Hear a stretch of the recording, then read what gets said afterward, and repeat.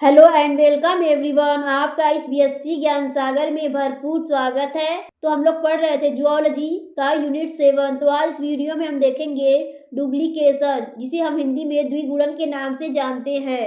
तो आज हम देखते हैं डुप्लीकेशन क्या होता है।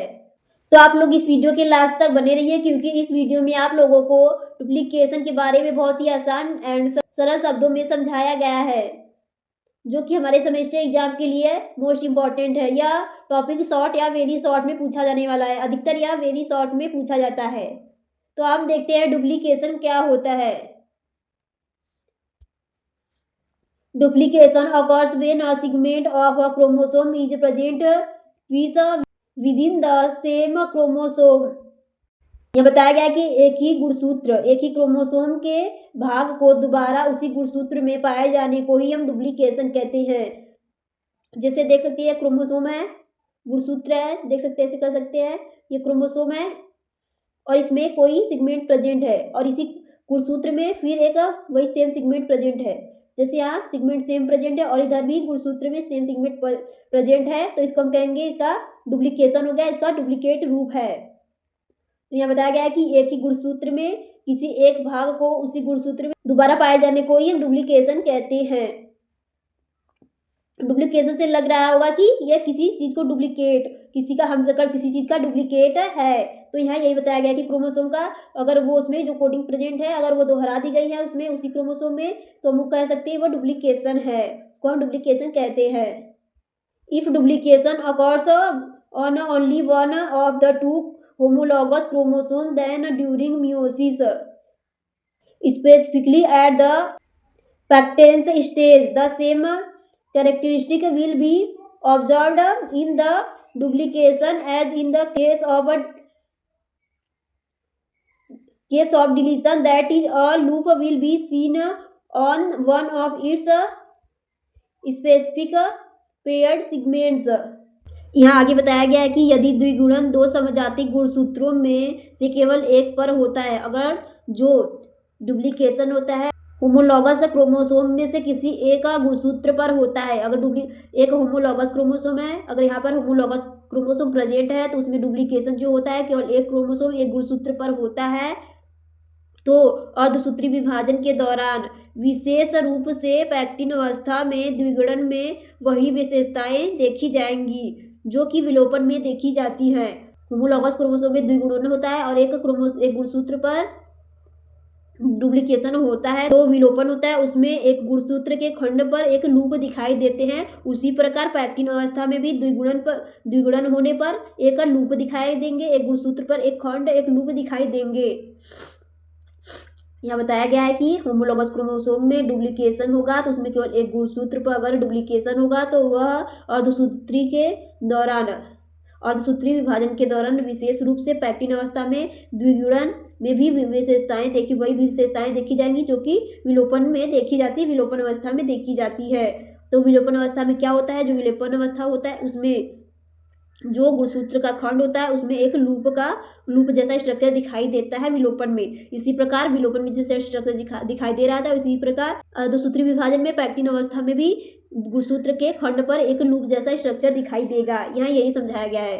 जो मियोसिस होता है उसका जो पैकेटिन अवस्था होती है, अगर उसमें द्विगुणन होता है, होमोलॉगस क्रोमोसोम में द्विगुणन होता है, जो होमोलॉगस क्रोमोसोम होता है उसमें एक क्रोमोसोम एक गुणसूत्र पर मियोसिस है और उसमें होमोलॉगस क्रोमोसोम में द्विगुणन होता है।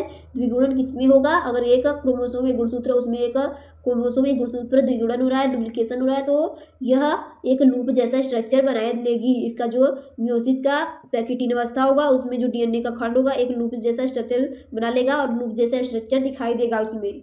नॉर्मल से यहाँ समझाया गया है कि होमोलॉगस क्रोमोसोम प्रेजेंट है और उसमें द्विगुणन किस पे हो रहा है, एक गुणसूत्र पर केवल एक गुणसूत्र में हो रहा है। जो होमोलॉगस क्रोमोसोम है तो डुप्लीकेशन केवल एक क्रोमोसोम एक गुणसूत्र पर हो रहा है। तो ऐसी स्थितियों में पैकेटिन जो मियोसिस की पैकेटिन अवस्था होगी, इसमें जो द्विगुणन की अवस्था होगी इसमें क्या होगा, इसमें लूप जैसा स्ट्रक्चर बन जाएगा और लूप जैसा स्ट्रक्चर दिखाई देगा डीएनए के खंड पर। जो युग्मक खंड होगा, युग्मक खंड पर एक लूप जैसा स्ट्रक्चर दिखाई देगा। जो लूप का खंड होगा उस पर एक लूप जैसा स्ट्रक्चर दिखाई देगा, जिसे विलोपन में दिखाई देता है। जो विलोपन अवस्था होती है उसे लूप जैसा स्ट्रक्चर दिखाई देता है युग्मक खंड पर। ऐसे ही मियोसिस के वैक्यूम 3 अवस्था में भी दिखाई देगी। अब हम आगे देखेंगे, डायग्राम के माध्यम से समझेंगे डुप्लीकेशन क्या होता है। देख सकते हैं ये क्रोमोसोम है, गुणसूत्र है, क्रोमोसोम है, तो इसमें डुप्लीकेशन कहाँ हो रहा है। देख सकते हैं एक स्पेसिफिक सिगमेंट है क्रोमोसोम का, ये क्रोमोसोम है और एक स्पेसिफिक सिगमेंट है क्रोमोसोम का, देख सकते हैं। तो इसमें डुप्लीकेशन कैसे हो रहा है देख सकते हैं, येलो कलर और थोड़ा हल्का पिंक या हल्का केसरिया कलर है। येलो और हल्का केसरिया कलर देख सकते हैं, या फिर हल्का रेड भी कह सकते हैं, यहाँ पर प्रेजेंट है। तो इसमें डुप्लीकेशन हो रहा है। देख सकते हैं यहाँ डबल येलो दिख रहा है और हल्का डबल रेड दिख रहा है, इसमें डुप्लीकेशन हो गया। क्योंकि जो क्रोमोसोम है एक स्पेसिफिक सिगमेंट है, इसमें डुप्लीकेशन हुआ, इसमें 4 स्पेसिफिक सिगमेंट बन जाएंगे। डुप्लीकेशन में यही होता है, जैसे कि यहाँ डायग्राम में आप देख सकते हैं, इसी को हम डुप्लीकेशन कहते हैं। देख सकते हैं डुप्लीकेट जेनेटिक मटेरियल, ये डुप्लीकेट जेनेटिक मटेरियल है, क्योंकि ये जेनेटिक मटेरियल है और यहाँ डुप्लीकेट जेनेटिक मटेरियल बन गया है और यह है क्रोमोसोम।